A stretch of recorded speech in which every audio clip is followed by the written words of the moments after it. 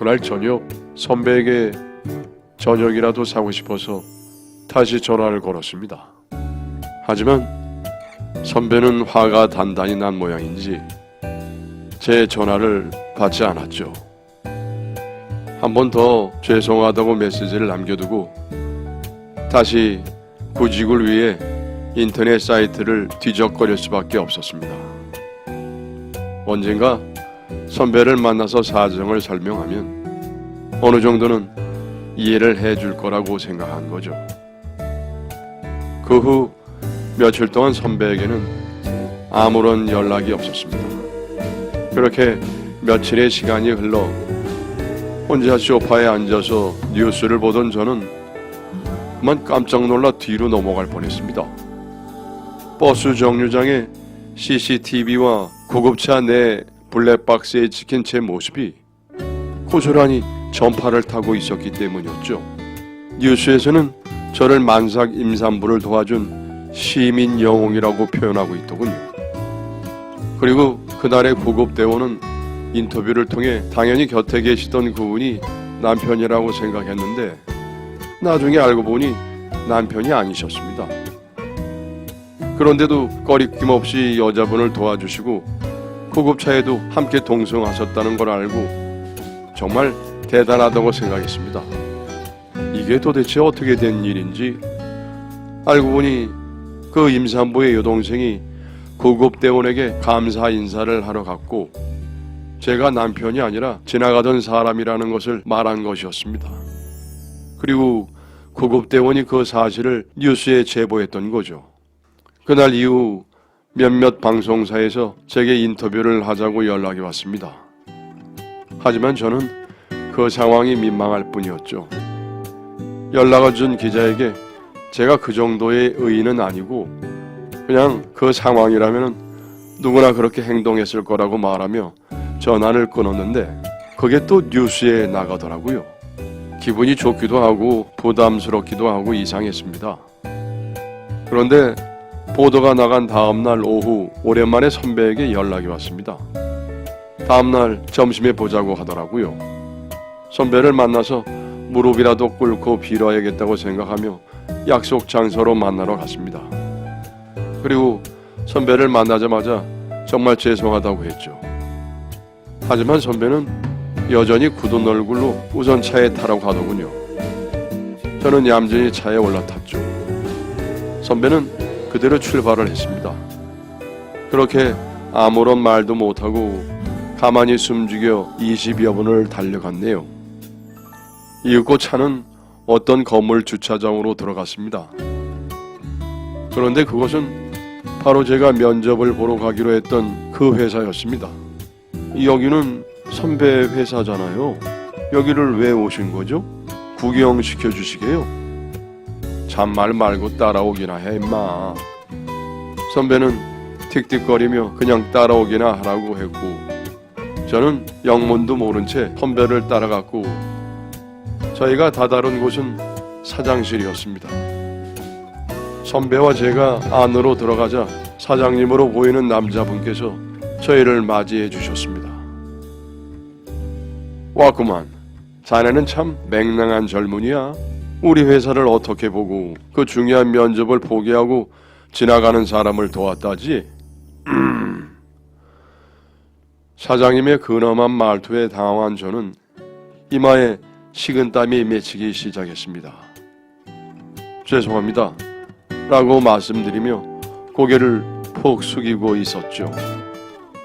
그런데 잠시 후 노크 소리와 함께 누군가 문을 열고 들어오더니 자연스럽게 사장실 소파에 앉았습니다.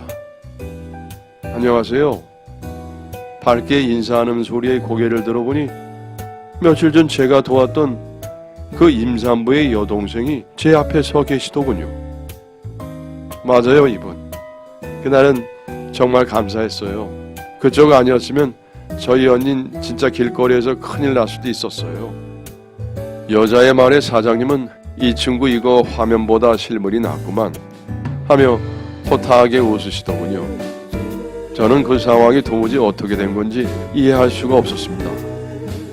도대체 이 여자가 여기에 왜 앉아있는 것이며 사장님은 왜 모든 것을 알고 있다는 듯이 이야기하는 건지, 저 여자가 내가 이 회사의 면접을 보기로 했던 건 대체 어떻게 알았는지 도무지 알 수가 없었죠.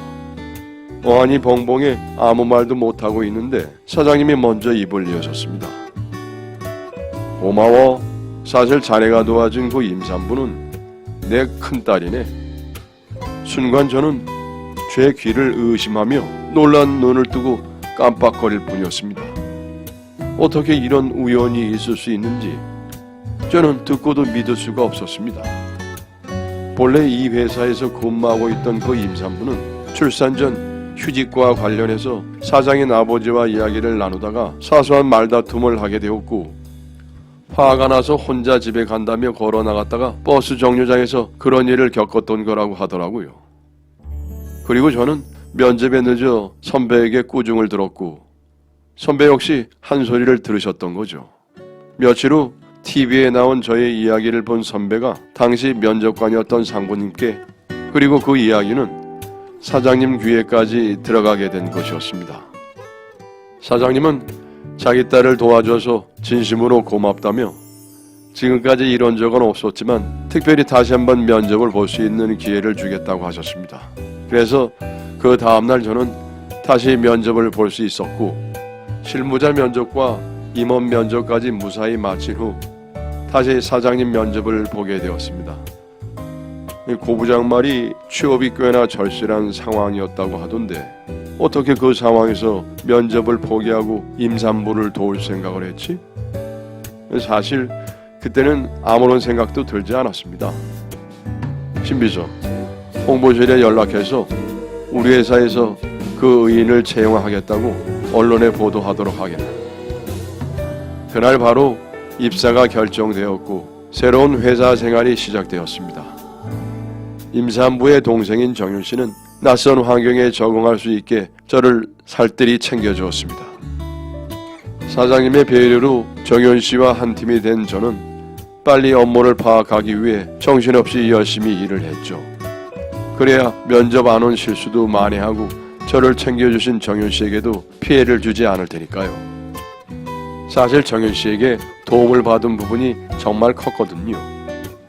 정윤 씨는 융통성이 없이 그저 매뉴얼대로만 일하는 제 업무 방식을 좀 더 유연하게 처리할 수 있도록 이런저런 조언을 아끼지 않았죠. 그러다 보니 제 고루한 업무 스타일이 조금씩 바뀌기 시작했습니다. 아무래도 정윤 씨와 함께 호흡을 맞추며 일을 해서 그녀의 영향을 많이 받게 된 것 같았죠. 사실 정윤 씨는 저보다 4살이 어렸지만 배울 점이 참 많은 사람이었습니다. 무엇보다 센스 있는 사람이라는 생각이 많이 들었어요. 물론 사장님은 항상 정윤 씨에게 넌 너무 즉흥적이고 빠르게만 처리하는 경향이 있으니 최준열 차장처럼 신중하고 꼼꼼하게 일을 하도록 해봐 라고 말씀하신다고 했습니다. 하지만 아무리 생각해도 제가 정윤 씨에게 배울 것이 더 많았죠. 그녀의 다정한 화법과 다른 사람에 대한 관심과 배려는 언제나 회사 동료들을 기분 좋게 만들었습니다. 또한 빠른 판단력으로 제가 잘못한 것을 바로잡아 주었기에 저는 큰 실수 없이 업무를 파악하고 처리할 수 있었네요. 그렇게 그녀와 호흡을 맞춰 일하기를 8개월 정도가 지났고 하루 종일 그녀와 붙어 있었기 때문인지 어느 날부터 다정한 정윤 씨의 눈빛과 말들이 제 마음에 하나하나 새겨지기 시작하더군요. 저는 더 이상 그녀를 직장 동료로만 여길 수 없게 되었습니다. 하지만 섣불리 고백할 수는 없어 전전긍긍하다가 하루는 큰 마음을 먹고 정윤 씨에게 저녁을 같이 먹자고 제안을 했죠. 정윤 씨, 이번 주 중에 같이 저녁 먹을까요? 언제가 편하세요? 이번 주 중에요? 그냥 오늘 먹죠 뭐. 차장님이 쏘세요. 다행히 정윤 씨도 제 안을 흔쾌히 받아들였고 그날 이후부터 저희는 종종 퇴근 후 둘만의 시간을 갖기 시작했습니다. 그리고 주말에는 그녀와 영화를 보기도 하고 자전거를 타기도 했죠. 개인적인 시간을 함께 보내다 보니 자연스럽게 그녀와 가까워지고 있었지만 혹시나 정윤 씨가 저를 부담스러워하지 않을까 걱정이 돼서 조심스러운 마음이 들었습니다. 사실 정윤 씨가 저에게 어떤 마음을 갖고 있는지 잘 모르겠더군요. 그녀는 누구에게나 친절했고 누구에게나 따뜻한 사람이었으니까요. 어쩌면 저도 그런 호의를 받는 사람 중 하나이지 않을까 하는 생각이 들기도 했죠. 하지만 그렇다고 정윤 씨를 포기하기엔 이미 정윤 씨에 대한 제 마음이 너무나 커져버린 상태였습니다. 결국 식사 후 맥주 한 잔을 마시던 중 저는 용기를 내서 그녀에게 제 마음을 고백하고 말았습니다. 정윤 씨도 알고 있겠지만 저는 정윤 씨한테 호감이 있어요. 그래서 이렇게 같이 식사도 하자고 하고 영화도 보자고 하고 주말에 시간이 되면 같이 운동도 하자고 했던 거예요. 근데 정윤 씨가 나를 어떻게 생각하고 있는지 잘 모르겠어요. 어쩌면 제가 원하는 대로 조금은 나에게 마음이 있을 수도 있고 그게 아니라면 그냥 편안한 직장 동료로 생각할 수도 있겠죠. 뭐 어떻든 상관없어요. 오늘은 그냥 제 마음을 확실하게 알려주고 싶었어요. 그런데 가만히 제 말을 듣고 있던 그녀의 입에서는 뜻밖의 이야기가 나왔습니다. 와, 도대체 그 고백 언제 하나 목 빠지게 기다렸어요.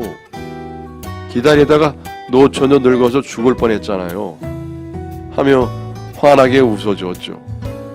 우리의 연애 소식에 누구보다 기뻐한 것은 역시 처형과 형님 부부였습니다. 저희는 그렇게 1년 정도를 연인으로 지내다가 2019년에 결혼을 했네요.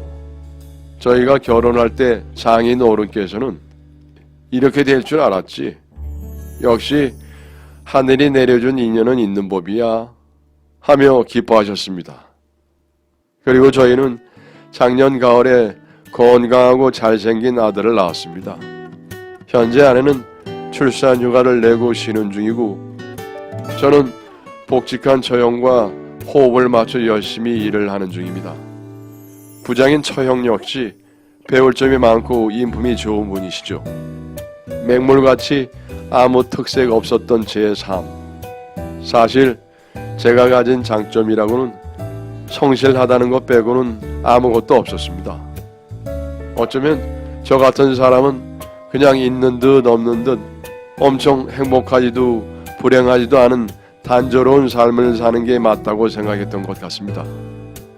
하지만 대한민국에서 나고 자라며 도덕과 윤리를 지키며 사람으로서 할 수 있는 도리를 했을 뿐인데 하루아침에 영웅이 되었고 취업이 되었으며 결혼까지 하게 되었네요. 이 정도면 성공한 맹물의 삶이 아닌가 하는 생각이 듭니다. 모두에게 개성을 요구하는 시대지만 개성이 있는 사람도 개성이 없는 사람도 행복한 사람은 이길 수 없는 것 같습니다. 이 사연을 들으시는 모든 분들도 행복한 사람이 되시기를 바랍니다. 지금까지 제 이야기를 들어주셔서 감사합니다. 안녕히 계십시오. 여러분 행복하세요.